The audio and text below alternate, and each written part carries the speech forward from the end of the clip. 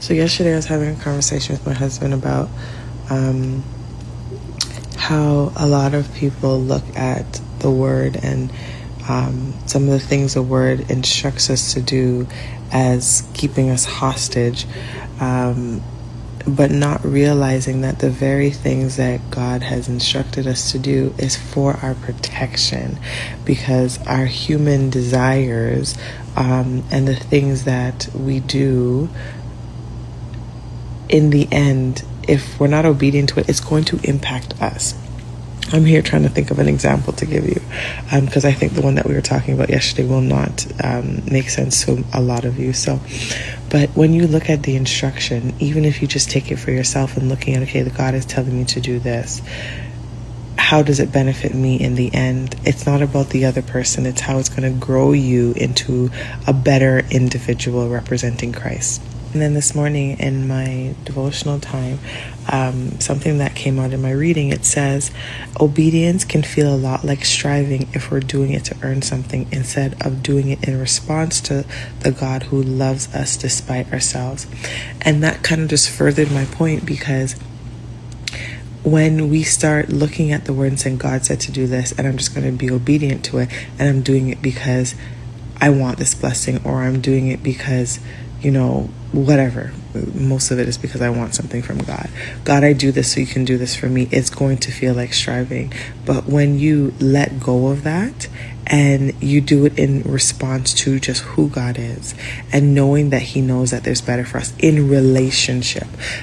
If you're in relationship with somebody and somebody asks you to do something, you're going to do it for them because you love them. You're not going to do it for them. Say, hey, if I do this, then you're going to do this for me. And if you do that, then it's not the right type of relationship. Now, I don't want y'all to come for me and say, but Tenn-Lai, there's sometimes where I may have to do something for somebody else to do something. Yes, I'm not talking about those moments. I'm talking about generally, if your relationship is strictly based on, I'm only going to do something unless you do something for me, it's very transactional. That's not the right type of relationship.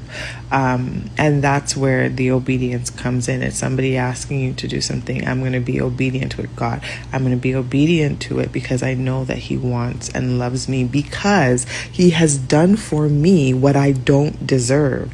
If God was a transactional God and he said, the only time I'm going to bless you, the only time I'm going to love you, the only time I'm going to acknowledge you, the only time I'm ever going to do anything is if you do this,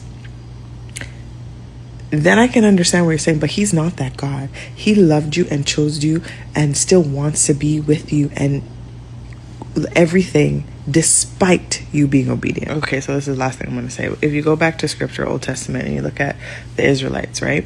Going through the wilderness, all of that, God chose them first.